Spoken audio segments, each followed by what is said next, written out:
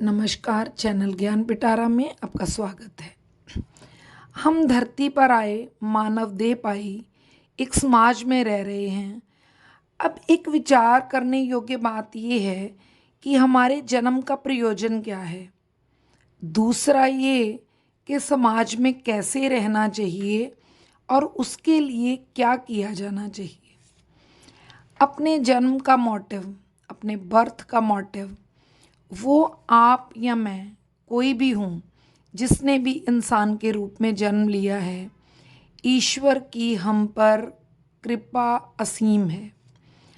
आप ये कृपा हम पर बनी रहे, ईश्वर बनाए रखें, इसके लिए हमें वो सब कार्य करने होंगे जिसके लिए ईश्वर ने हमें धरती पर भेजा है।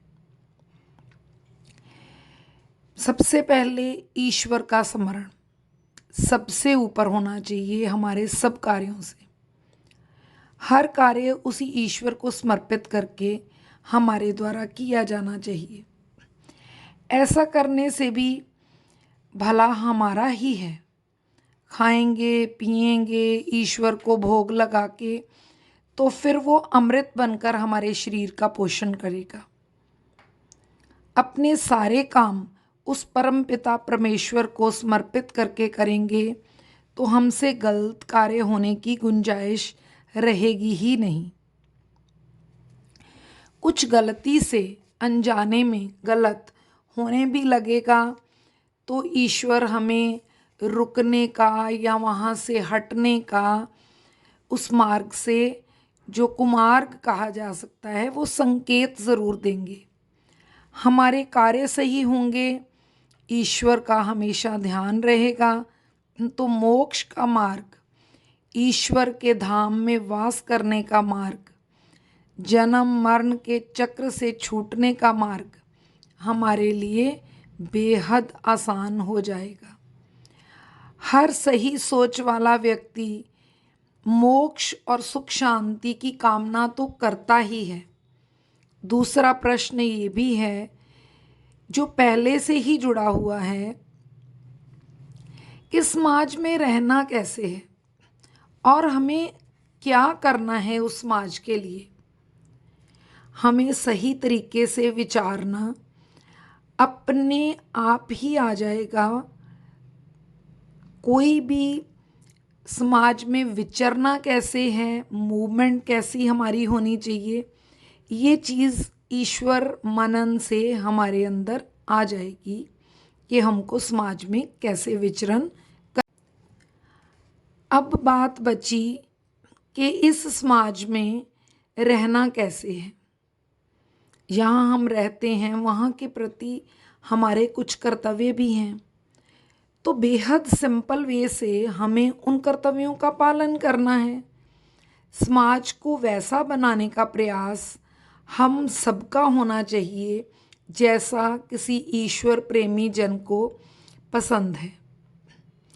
आपको किसी को बदलने की ज़रूरत नहीं, सिर्फ अपने आप को भटकने नहीं देना, अपना रास्ता सही रखना है। इसके लिए कुछ स्पेशल करने की ज़रूरत नहीं।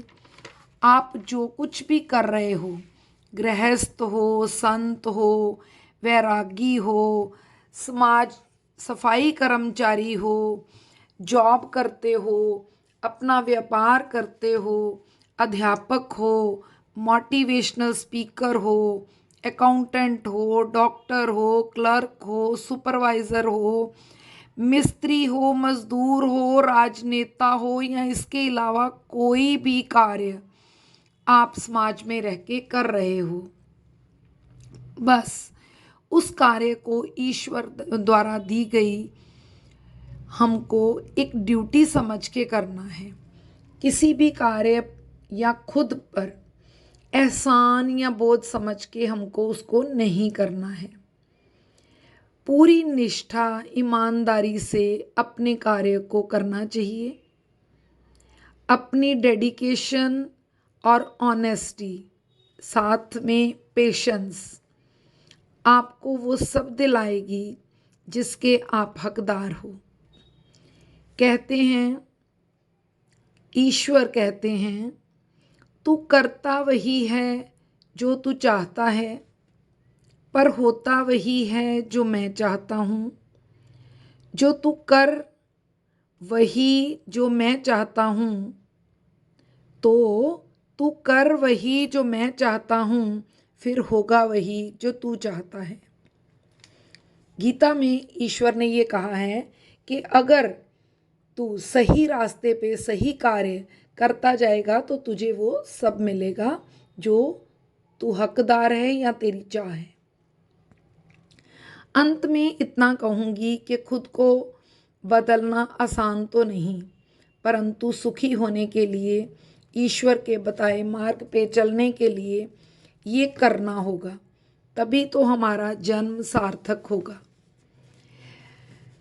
चिल्ड्रन डे बहुत पास है, तो मैं विद्यार्थियों के लिए इतना कहूँगी कि सिर्फ पढ़ाई, खेलकूद, एजुकेशनल इवेंट्स और पेरेंट्स की रिस्पेक्ट, सभी बड़ों के प्रति ओबीडियंटशिप और रिगार्ड पे ही हमारा फोकस होना चाहिए।